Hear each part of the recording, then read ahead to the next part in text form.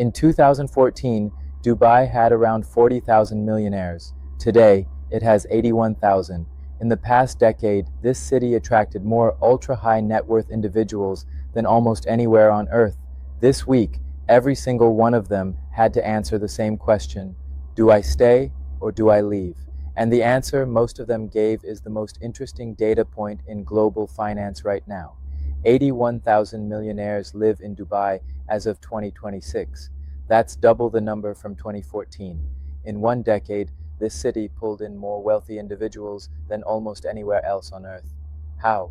Simple pitch: zero income tax, zero capital gains tax, zero inheritance tax, world-class infrastructure, English speaking, flights everywhere, golden visa for 10 years for a $550,000 property purchase, safety, or what felt like safety.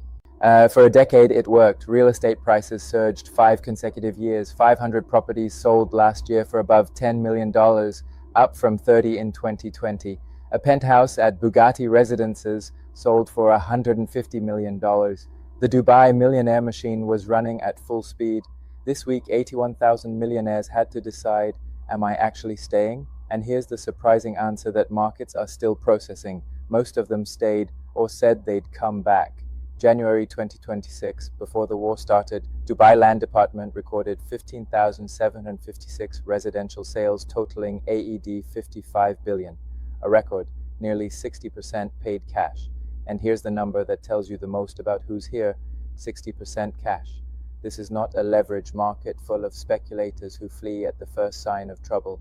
This is a market full of people who moved liquid capital here, who own their assets outright, and who have made a genuine long-term commitment to the city. The people who left this week, largely the tourist class, the short-term expats, the ones who were always one crisis away from going back to Paris or London. The people who stayed, the ones who had liquidated assets elsewhere, who restructured their tax residency, whose children are in local schools, whose businesses are registered here, whose entire financial life is now denominated in dirhams. For those people, leaving is not a weekend decision. It is a reorganization of an entire life. And that reorganization costs money, time, and tax implications in whatever country they go back to. This is what the Dubai is over crowd always misunderstands.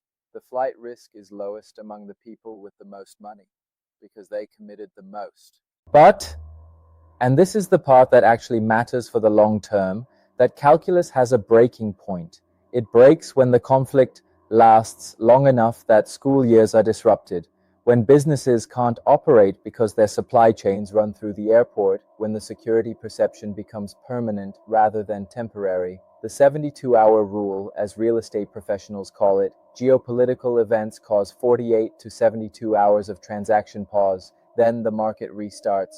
That rule has held every time in Dubai's history: the Gulf War, 9/11, COVID, the Arab Spring. This week is the biggest test of the 72-hour rule in Dubai's history. The verdict isn't in yet, but the fact that 60% of Dubai buyers were paying cash before this started is the best buffer a market could possibly have.